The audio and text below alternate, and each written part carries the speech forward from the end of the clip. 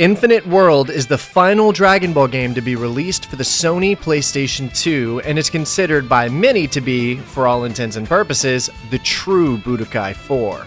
And it's no wonder why either, seeing as how it was built on top of Budokai 3's engine and plays practically the exact same as its predecessors, save a few alterations and one major new mechanical addition with the mini-games. We'll get to that. Infinite World was developed by Demps alongside their next-generation Dragon Ball game called Burst Limit, which was developed to release on the PS3 and Xbox 360. It actually wasn't an unheard of practice for developers to work on and release two separate but similar titles near one another to offer something for owners of both previous and newer generation consoles alike. Although I wouldn't say it was common, and we certainly don't see it anymore. A few months after their 7th generation offering, Burst Limit, released in June of 2008, Infinite World dropped on December 4th and 5th worldwide for those who still owned a PS2 and were craving more Dragon Ball content. Now there's quite a few very interesting things this game is known for, like how it incorporates various elements from all three previous Budokai games in a far more conducive way, such as bringing back the 3D cutscenes of Budokai 1, or the board game mechanic from Budokai 2, among various other very unique things that really help make this game stand out among its peers. That being said, I'd wager the thing this game is most known for is the enemy AI. Oh yeah, if you've played this game before, then you're probably nodding your head in agreement, because for some reason, the AI in this game is insanely difficult. Like, way more difficult than anything we saw in the previous Budokai games. We're gonna get into that aspect shortly, don't worry. There's only ever been one version of Infinite World, and that's for the Sony PlayStation 2, so of course that's the version we'll be looking at here. In fact, I almost got the feeling while playing that this game may have been a little bit of an afterthought so far as development goes. Don't get me wrong, I've got mad respect for a developer who's willing to co-develop two games at once, and one of them be for a console that was rapidly aging out of relevance. That's a genuinely stand-up move. I mean, by December of 2008, the PS2 wasn't exactly seeing many releases made exclusively for it anymore. Even so, there's a few things about the game that suggest to me that it may have faced a bit of a rushed development just to give PS2 owners who hadn't gotten a PS3 or a 360 yet something to play. Scattered mechanics and elements, super unbalanced AI, inconsistent voice acting, and arguably a lack of content. Also, when I say inconsistent voice acting, I don't mean the performances. I mean, half the time Cell is on screen, his voice isn't accurate. We see perfect Cell with imperfect lines, semi-perfect Cell with perfect lines, and so on. I will get 17 and 18! No one can stop me.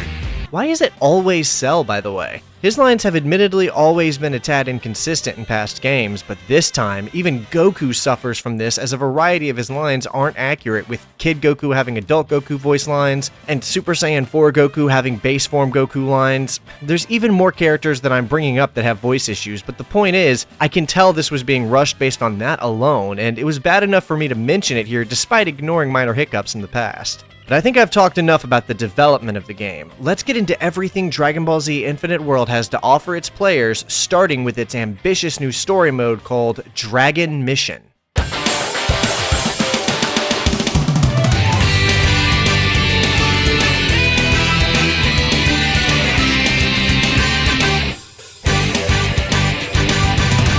DBZ Infinite World features one primary game mode with which it retells the highlights from the events of the anime, starting with the Saiyan Saga and going all the way to the end of the Shadow Dragon Saga from Dragon Ball GT. It also covers a few of the movies and TV specials, but we'll get to that. I say one primary mode because unlike most of the Dragon Ball games we've talked about so far, this game doesn't feature any World Martial Arts mode. It does have a hidden bonus mode, but it's not very substantive and is more of a retread than an extra mode. More on that later. Dragon Mission is a very interesting collection of multiple ideas introduced in past Budokai games in a more realized fashion. We see the return of high-quality cutscenes, as well as a very different iteration of the board game mechanic from Budokai 2, only this time it just uses the same concept as a way of letting players select what battle or minigame they want to play next. The map you're seeing on screen here is actually the menu for selecting battles and moving jumping between sagas. It doesn't have any of the rules or turn-based ideas from Budokai 2, but I think it's pretty cool that they re-implemented something similar here for how players navigate the story mode using the pre-existing tech from that game. As you can see here, we have a little avatar of Goku that we control and move around the board between the various battles and minigames available, and look, we can even migrate to a separate menu for each available saga. We have separate boards for the Saiyan Saga, Namek Saga, Cell Saga, Buu Saga, GT Saga, and even the movie sagas. I love this. It might not have the same novelty of the Budokai 3 open world exploration, but I still think it's really cool how all of this has been implemented. When we finally decide on what battle we want to play, the menu then lets us select what skills and items we want to bring into said battle. This is where we can equip whatever items we acquired in the item shop to help us out and choose which super and ultimate attacks to bring with us into battle. This menu is also where we select what difficulty we want to battle whatever encounter we choose with, which...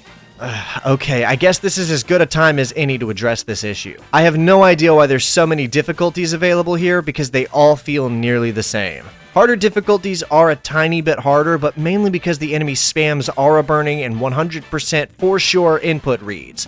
Other than that, all of these difficulty selections feel pretty much the exact same. And believe me, I tested it. Very easy and very hard are pretty much the same thing, but one lacks the cheap tactics, and also very easy in this game is the equivalent of very hard in other Budokai games, and I have no idea why this is. They even lock the very hard difficulty behind a Zenny barrier where you have to buy it from the in-game shop, which is a pretty useless purchase since it feels the same as the other difficulties. Seriously, there is no reason for this game's AI to be so brutal. I mean, I grinded my way through it, obviously, but also, why did the developers do this? I don't get it.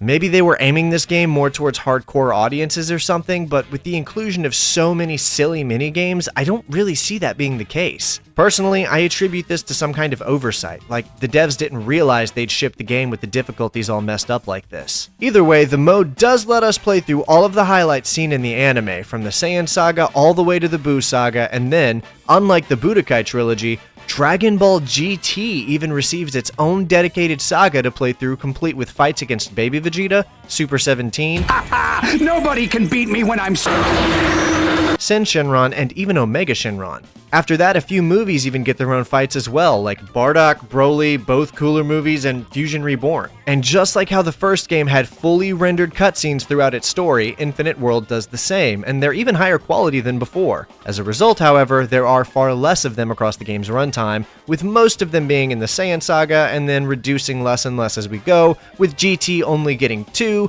and the movie saga receiving no cutscenes at all. I was a little disappointed by this, but I get it. These were probably costly to produce, and for a PS2 game in 2008, realistically 2009 since it released in the last month of 08, I don't really blame them for only hitting the highlights. Still, it's cool that they brought that element back at all, and while we're talking about bringing back old ideas, another thing the developers brought back from the first Budokai game is the story progression. We play through all of the sagas as Goku first, then we see the credits, and then we get a second playthrough as other characters. Gohan is playable in the Buu saga a couple of times in Goku's playthrough for some reason, but they did that in Budokai 1 as well, so whatever, I guess. I still don't really love this, actually, but it does feel a little less off-putting than it was in the first game for some reason. Of course, we have to talk about the biggest new inclusion in Infinite World, and yet another idea we saw introduced in Budokai 1, but now brought back in a significantly more realized way. The minigames. Going all the way back to 2002, it was clear that Demps had this idea for a Dragon Ball game that let players experience the events of the anime across a series of fun minigames in between fights, and in Infinite World, that idea has finally been fulfilled. Whereas there was really only one minigame in Budokai 1, now there are dozens across its board game design, and pretty much all of them were pretty fun. I'd even go as far as saying that these minigames are the best part of this game. Realistically, there's only 4 types of minigames here, but they just change out the environments and character models of them to fit the scenario at hand, which is totally fine by me. The first of these minigames, and the most prominently featured one, is this Collectathon game where we control a character and run through a 3D environment to find a certain number of whatever item we need to beat the level before the time runs out. While doing this, we can also collect Zenny to spend in the in-game store. I'll talk about that later. These Collectathon levels are also how we find Dragon Balls, which I think was a great idea. It's pretty fun to see a Dragon Ball from the corner of your eye and then race over to grab it. This is a great way to incorporate finding these things in a way that feels natural in your gameplay. Of course, when we collect all 7 of them, we can summon Shinron, just like always, and make a wish from a few available items. There's 6 of these levels in total, so I'll just cover each of them briefly. The first level takes place before we fight Raditz and acts kind of like a tutorial to the idea of these levels. It's got a charming environment design and it's fun to run around. The second of these levels is easily the most iconic, allowing us to actually run Snake Way ourselves while collecting items along the way. This is pretty cool, and I like it a lot, even if it is very short overall. The third of these is the most unique and happens right after we finish Snake Way and get to King Kai's planet, where we get to chase Bubbles around his planet and try to catch him. This is the most unique of the 6 and is a lot of fun. After beating Frieza, we get to dash across an exploding Namek, which is easily the most visually stimulating one of these levels. I like this one a lot too. Then we have this one where we play as Cell and run around collecting things while Piccolo chases after us. I don't like this one very much. It's boring and honestly pretty annoying how Piccolo is always just hovering gently behind you, gaining ground. Then the last one has us running around a rocky area gathering the needed items to find a Dragon Ball. There's a Dragon Ball in every one of these maps, but it so happens that this one is centered around finding one of them. These collectathon levels were way more fun than I was expecting, and because each of them is under 5 minutes, they didn't really overstay their welcome. The only criticism I have about these is that all of them are before the Buu saga. I would have really loved at least one of these in the GT saga. I mean, the first saga where Goku, Trunks, and Pan are looking for the Black Star Dragon Balls across the galaxy feels like an untapped gold mine of collectathon minigame potential. I really loved these though, and I've talked before about how much potential a Dragon Ball collectathon game has, so this was a much needed breath of fresh air for Dragon Ball games. I just think it would have been nice to see a few more of these levels set in the later sagas, or really just a few more of these in general. Worry not though, because there are a few other styles of minigames to play with, like this button pressing minigame, which is, I feel like what you're seeing on screen is self-explanatory. There's 6 missions in this style to play throughout the game, so let's take a look at those. We've got Gohan's training with Piccolo, Goku's training on the way to Namek, Vegeta's training before the World Martial Arts Tournament, Vegeta and Trunks training in the Hyperbolic Time Chamber, Gohan and Goku training in the Hyperbolic Time Chamber, and lastly, one of Videl trying to learn how to fly. I thought these were a fun way to break up the repetition of the normal fights, and were an interesting way to let players see other bits of the anime we normally don't see in the game, so I liked it. The third minigame style is a target shooter, which again is pretty self-explanatory. We only see 4 missions in this style: shooting bricks while training with King Kai, throwing Destructo Discs at Frieza, shooting Death Beams at Piccolo, and then spamming Tri-Beams at Semi-Perfect Cell, which is great. This part is living out a legend, honestly. Then there's one final style of minigame to talk about, and it's bringing the flight mechanic for Budokai 3's Dragon Universe back, but this time as a minigame where we collect items across a map. This was actually a brilliant way to reuse this mechanic in a way that gives players more content and is far better than just throwing it away. Too bad it's not really very fun to play because it doesn't control very well, which is probably why there's only 2 of these missions to talk about. The first of which sees us playing as Krillin on Namek, racing to get our needed objectives before Vegeta catches us, and the second one gives us control of adult Gohan on Earth as we race Goten to see who can grab the goals the fastest. And that's all of the minigames available in Infinite World. Some of these are obviously a lot better than others, and I feel like it's clear that once again the team didn't have enough time to implement these as well as they were probably hoping, because the vast majority of them take place between the Saiyan and Cell sagas. 3 of them are all set around Goku's training with King Kai, and not a single one of them takes place during the GT saga. Maybe it was that way by design because they couldn't think of any minigames to make for later sagas, but I seriously doubt it. I think the game was probably just being developed on a tight deadline, and producers probably weren't thrilled about throwing a ton of money to develop a PS2 game that would release in December of 2008. Either way, I think we should talk a bit more about the core gameplay of Infinite World. First, let me just address that yes, Dodoria, Zarbon, and Android 19 are once again missing, and again, this is frustrating because you're essentially stealing 3 of Vegeta's best-known victories from him, and as a result, taking 3 of my favorite fights to play from me as a player. I know these characters aren't liked by many people, but they're all 3 core characters for the plot of the anime, and are all 3 best known for being obliterated by Vegeta. But hey, at least Great Saiyaman is here. Oh, and so is Great Saiyaman 2. What a relief, man. Glad to see the devs maintaining their priorities from previous games. Always gotta have Great Saiyaman. Oh, and Picon's here too, because a filler character who barely mattered was necessary, but letting us play out the Goku vs. Android 19 fight or the subsequent Vegeta vs. 19 fight, that's expendable content. Yet I keep having to play as Yamcha versus the Cybermen every single game over and over again because that's more important than letting me kill Dodoria with Vegeta.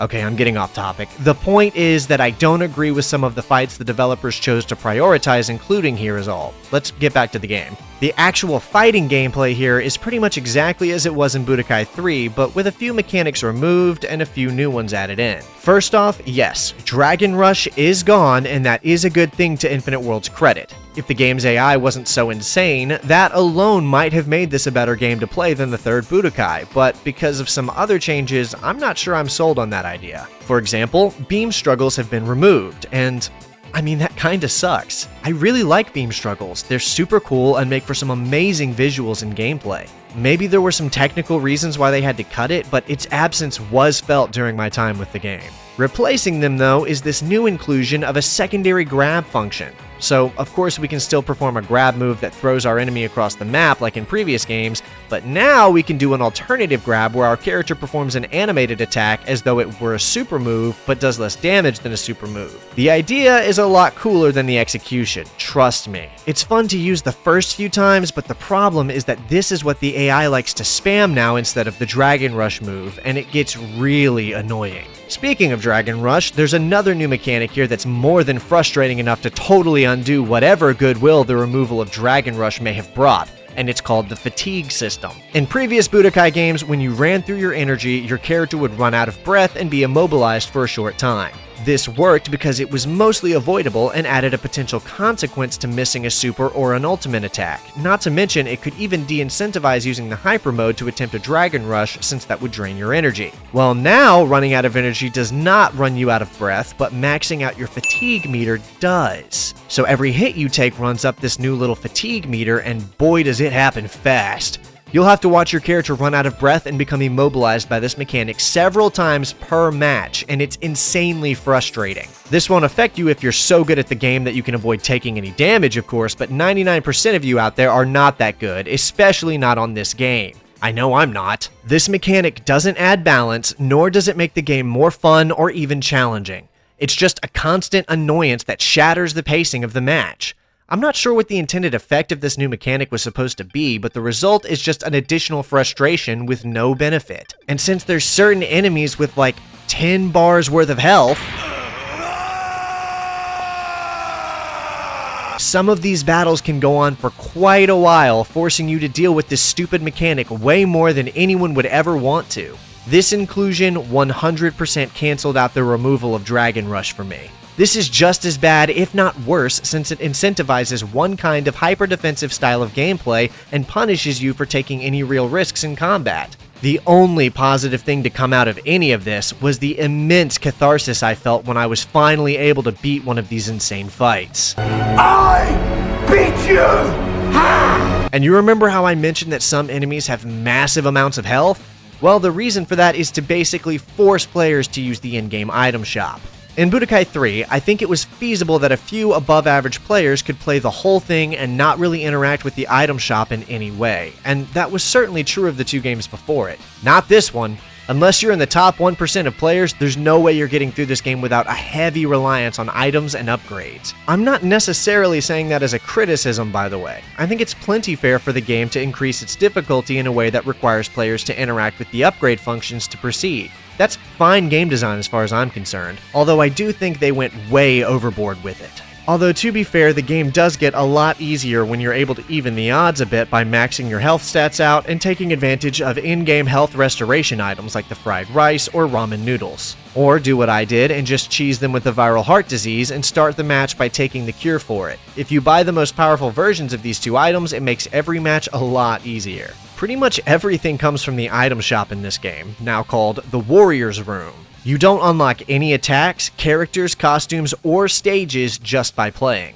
If you want something, you have to buy it from the Warriors Room. Seriously, when I wanted to play as Broly, I had to drop huge amounts of Zenny to buy his super attacks, his ultimate attack, and 2 additional item slots, which then feeds you back into gameplay to keep racking up more Zenny so you can buy the things you need for another character, like Cooler, whom I also like playing as. By the time I was done, I had spent way more Zenny in this game's item shop than I ever did in any of the other Dragon Ball games, maybe even combined, so take that how you will. I will give it credit for creating a very rewarding cycle that sends you back and forth between the item shop and the Dragon Mission mode. Earning Zenny feels exciting in this game because it means I can actually get something I need or want.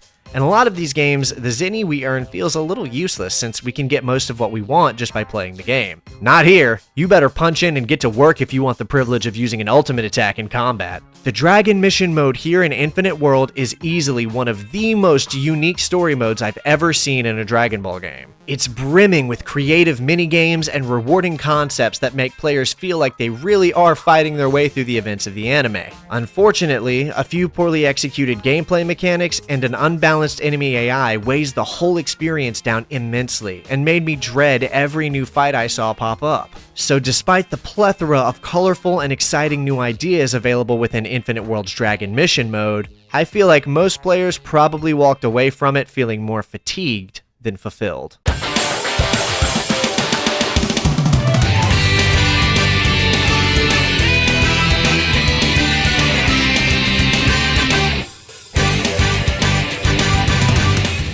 So unlike all of the previous Budokai games, Infinite World does not offer a World Martial Arts Tournament mode. Once you've gotten everything you can out of the Dragon Mission mode, however, there is an additional hidden mode that becomes available for purchase in the Warriors Room item shop called Fighter's Road. And it's one of the most phoned-in bonus modes I think I've seen in a DBZ game so far. It's literally the exact same thing as the Dragon Mission mode, but it just changes up the available fights to a bunch of different characters, seemingly without any kind of theming, and adds a lot more of them to see. We still have the same saga-based boards to look at, and the fights do seem to get harder and bring in more obscure characters the deeper into the chapters you go, but other than that, there's nothing more to really say about this mode. I was honestly a little disappointed by this. I feel like there could have been other ways to do this and make it more interesting. Like, if you're going to just reuse everything from the main story mode and just change up the fights, then you could at least add some interesting theming to it.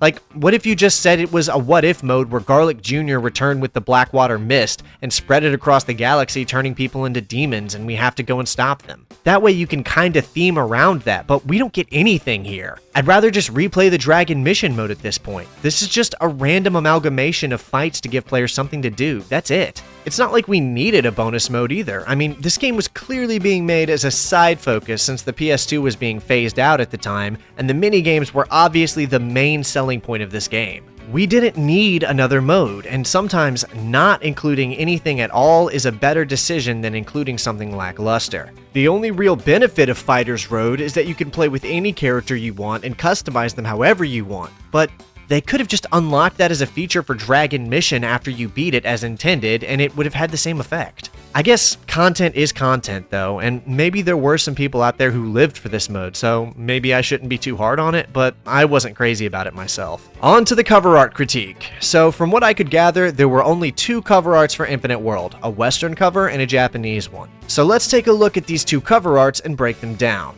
Okay, so right off the bat, I have to say that the US cover art for this game is a little bit iconic. For many years, the only thing I knew about this game was that Kid Buu was featured prominently in the background, and that gives it such an interesting look when compared to a lot of the other Dragon Ball covers. Unfortunately, I don't like anything else about this cover. All of the other characters just seem forced in there somewhere, and it's a jumble of colors and characters in weird places, and that all kind of bleeds together. But that Kid Buu art is something I can remember seeing on posters in a Walmart as a kid when this game was first releasing though, so I know it did its job. The Japanese cover, on the other hand, is much cleaner and features a host of our favorite characters all standing at the ready. It's neater and less chaotic than the US version, but it lacks that iconic thing that separates it from the other Dragon Ball cover arts we've looked at so far. So for the first time, I'm kinda stuck because I like them both about the same.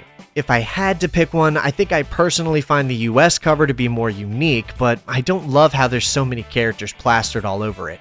Either way, they're both pretty good, but still suffer from some flaws. As for the music, there's a lot of tracks here you've already heard before, since a good amount of Infinite World's OST reuses tracks from the first 3 Budokai games, but there are a plethora of original songs written exclusively for this game by returning composer Kenji Yamamoto, and some contributing compositions by Canon Yamamoto. And there really are some great tracks here too. That kind of J-rock infused combat music is back in full, and they even tried to make the GT music sound kinda like a hybrid of the US Mensa score and the original Japanese music. The whole score definitely has some really good tracks, and I can see why people liked it so much. In fact, the music is one of the most highly praised aspects about the game because overall, it was not received very well on release. Looking at Infinite World's Metacritic shows us a 48 out of 100, which makes it the lowest rated Dragon Ball Z game on the PS2. Yeah, Saga's beat this one by 1 point, so critics really didn't like this game, with IGN even giving it an abysmal 3.5 out of 10. The main reasons being that it was too similar to Budokai 3 and that the AI difficulty was far too harsh for the average player to willfully endure through it.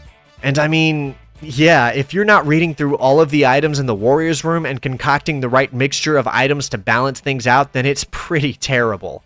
Although I'm not sure I think the negative reviews are really fair.